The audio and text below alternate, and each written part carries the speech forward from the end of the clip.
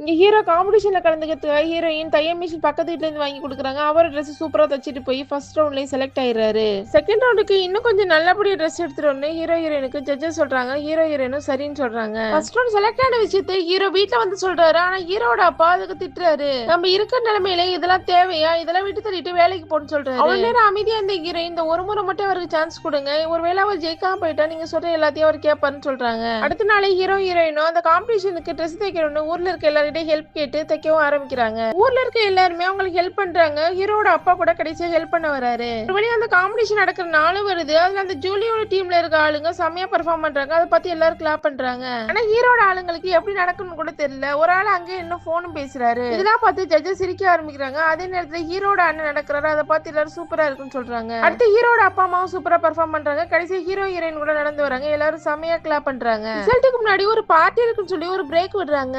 பார்ட்டில ரெண்டு ஜட்ஜஸ் வந்து hero heroine பத்தி நீங்க சூப்பரா பண்ணீங்க, ஆனா நடக்கிறது தான் கொஞ்சம் சொதப்பிட்டீங்க, ஆனா காஸ்டியூம் சூப்பரா இருந்துச்சுன்னு சொல்றாங்க. கேட்டு ஹீரோட ஃபேமிலி நம்ம லாஸ்ட் என்னையாவது போய் பிடிக்கலாம், நம்ம எப்படி ஜெயிக்க போறது இல்லைன்னு சொல்லி அங்க இருந்து கிளம்பி போறாங்க. அப்ப ஹீரோட அப்பா நீ இவ்வளவு தூரம் வந்து பெரிய விஷயப்பா, பரவாயில்ல விடுப்பான்னு சொல்றாங்க. அதே நேரத்தில் ஹீரோக்கு ஒரு போன் வருது. ஆக்சுவலி என்ன நடந்திருக்குன்னா ஹீரோட ஃபேமிலி தான் வின் பண்ணிருப்பாங்க. உடனே ஹீரோ அவங்க ஃபேமிலியை கூட்டு போய் பிரைஸ் வாங்குறாரு. இந்த காம்படிஷன் வின் பண்ண பணத்தை வச்சு அவர் நிறைய பேருக்கு வேலை கொடுக்குறாரு. அவர் ஓனா ஒரு பிராண்டே கிரியேட் பண்றாரு.